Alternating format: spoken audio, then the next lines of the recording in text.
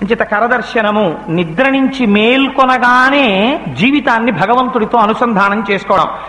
కరాగ్రే వసతే లక్ష్మీ కరమధ్యే సరస్వతీ కరమూలే స్థితా గౌరీ ప్రభాతే కరదర్శనం. మీరు బాగుండాలన్నా, మీ ఇంట్లో వాళ్ళు బాగుండాలన్నా, మీకు ఆఫీసులో ఓ మంచి పేరు రావాలన్నా, ఒక 4 రూపాయలు ఎక్కువ రావాలన్నా ఈ చేత్తో మీరు చేసినటువంటి పని వల్లే వస్తుంది. మీరు పెట్టిన ఒక సంతకం మిమ్మల్ని ఎటువైపుకైనా తీసుకెళ్ళిపోవచ్చు. ఈ చెయ్యి చెడువైపుకి తిప్పకుండా సర్వకాలముల యందు మిమ్మల్ని అనుగ్రహించేటట్టు జరగాలంటే ముగ్గురమ్మలు ఈ చేతి యందు పూనిక వహించి చేతికి ఈ చెయ్యి పరమ భద్రంగా ఉండాలంటే లేవగానే కర్మానుష్ఠానమునందు ఈశ్వరానుగ్రహము శక్తి స్వరూపముగా ఈ చేతి యందు దర్శనము చేయుచున్నాను. ఆ రోజు అనవసరంగా పెట్టానండి సంతకం అని అనక్కర్లా ఇంక మీరు జీవితంలో. అలా ఈశ్వరుడు మిమ్మల్ని రక్షించుకుంటాడు. ఆ రోజు అనవసరంగా చేశానండి ఆ పని అని మీరు అందరూ ఏం చేస్తారు? పని దేంతో చేసినా ఈ చేత్తో చేస్తారు. చెయ్యడం అనేది ఇది చేస్తుంది. అలా ఈ చెయ్యవలసిన అవసరం లేని సద్బుద్ధి మనస్సునందు ప్రవేశిస్తుంది. శక్తిని ఈ చేతికి ఆవాహన చేస్తారు. లేవగానే ఒక్కసారి తన అరచేతిని తాను దర్శనం చేసి ఆ శ్లోకం చెప్పాలి. భూస్తుతి.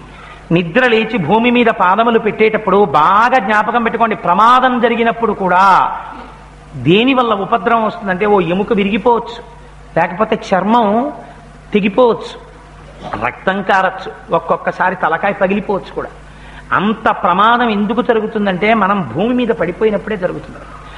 అలా జరిగినప్పుడు కూడా ఎవరు నిద్ర లేవగానే ఇది చేస్తున్నారో వాళ్ళని భూదేవి వెంటనే అనుకుంటుందిట, నేను సహజంగా అందరికీ తల్లినే, కానీ వీడు నా యందు మాతృత్వాన్ని కోరి కోరి నమస్కరించి బయలుదేరుతున్నాడు. అందుకే మీరు కొందరి విషయంలో గమ్మత్తు చూడండి. వాళ్ళు పడిపోయేటప్పుడు అదే భగవదనుగ్రహం కలగడం అంటే పడిపోతారు అంటే ప్రమాదం జరిగిపోయింది, భూమి మీద పడిపోతారు, కానీ మరణం సంభవించదు, చిన్న దెబ్బతో తప్పుకుంటారు. ఎక్కడంటే భూమి యందు మాతృత్వం ప్రచోదనమై రక్షణ జరుగుతుంది.